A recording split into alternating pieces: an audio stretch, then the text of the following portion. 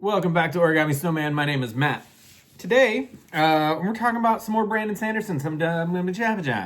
Why does my mouth not work sometimes? Tress of the Emerald Sea. This is one of Brandon Sanderson's secret novels. I think that's what he calls them. When he's writing really big books, he kind of lets everybody know, and he likes to give them updates on how far he's gone, what to expect as far as release dates, that sort of thing.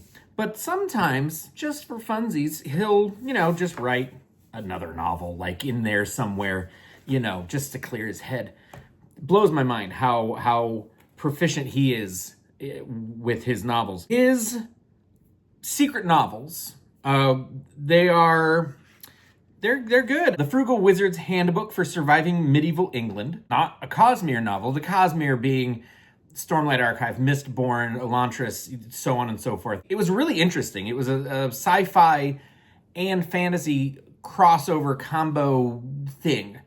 Not my favorite of his books by a long shot, but it was still a lot of fun to read. Then there is The Sunlit Man, which was very sci-fi. It was okay. It was fine. It was okay. Again, not my favorite. Then there's Yumi and the Nightmare Painter, which is amazing. I loved this. This was it was weird and just so good. It was so good. Highly recommend this one. But I finally got around to reading Tress and the of the Emerald Sea. Tress of the Emerald Sea. Again, fantastic. This is up there with Yumi and the Nightmare Painter. I think it's a very, very good book. It's just a very unique story. It's a very unique world. Brandon Sanderson does world building like nobody else. He can take a absolutely fantastic, fascinating, captivating concept of a world, of the planet, and cram it into 350 pages and still have the time to write captivating characters and a captivating plot and then wrap it all up and make it really funny. I don't know how he gets so much into his books, but this one, I honestly, I don't think I have enjoyed a Brandon Sanderson novel this much in a very long time. I was consistently hooked. It didn't drag. There were no slow parts. I would read this again. Yeah. Like Stormlight, yeah, I'd like to read it again, but I don't have the time. I do need to, live the rest of my life.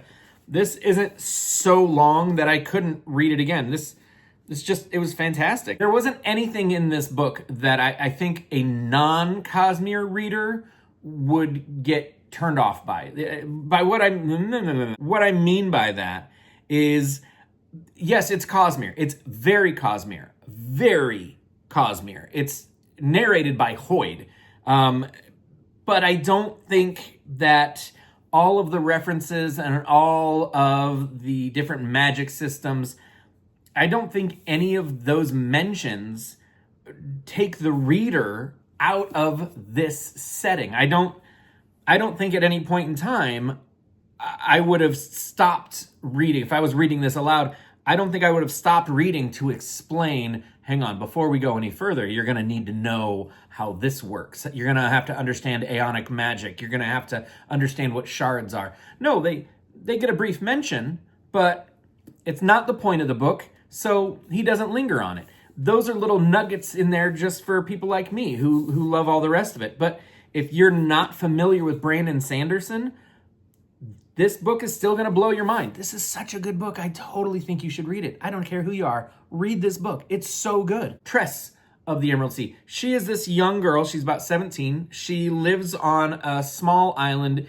in the Emerald Sea. Now, in this world, the oceans are not made of water. The oceans are actually made of spores, different types of spores. Now, the spores, they kind of rain down on the planet from one of the 12 moons that surround the planet. And from what I understand, and I maybe could spend a little more time digging into this, but the moons don't exactly orbit the planet. They sort of are stuck in place.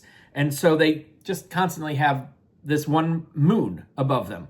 And each moon, each of the 12 moons, rain down different types of spores. So Tress, she lives in the Emerald Sea, and so they get these spores. They're called verdant vines. They're basically tiny green spores that, when they get wet, they erupt into these almost seemingly carnivorous, sentient vines that grapple onto things and hold things tight, and they can actually be very dangerous. And so the people are very cautious about these vines.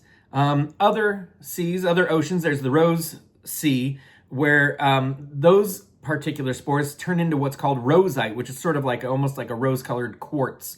And that can be sort of manipulated. In fact, they do use those, they manipulate them almost as a patch when there's a hole in like a boat. And so they can manipulate it, they can use it. They're still very terrified of it, because imagine one of these tiny spores lands on your lip and your saliva wettens it, and then suddenly your entire mouth is full of this quartz rock, and it chokes you and it spears through your head, and clearly this is problematic. So they're very cautious people on this world, and all of the different 12 seas have a different spore with a different reaction to water. Some explode, some create incredible heat and light, some turn into these jagged spikes everywhere. So they are they're left in this world dealing with those spores, and in a sense, the spores are a very real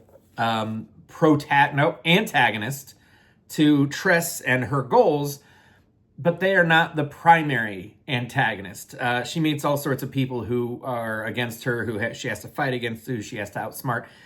And it really is a fantastic story. It's not just a typical, oh, she's such a sweet girl, but she had to go out into the big bad world, and it turns out she's strong enough. It wasn't just that kind of story.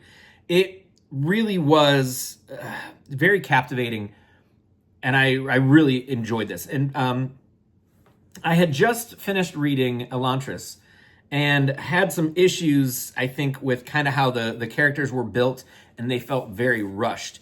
Not so with this book. I think all of the characters, there was one character who I thought, but he had to be that way in order to make the story work. So I'm not going to say much about that. However, I would say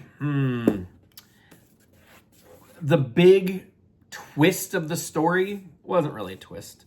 Kind of telegraphed a little bit. I definitely considered it a possibility as I was reading. I thought, oh, you know what? I think I know what's going on here. And then I'd question myself. And then I'd go, no. Then I'd question myself. But I think before all was said and done, I was pretty sure. So when the time came for the big twist, the big reveal, I was like, yeah, that was kind of obvious.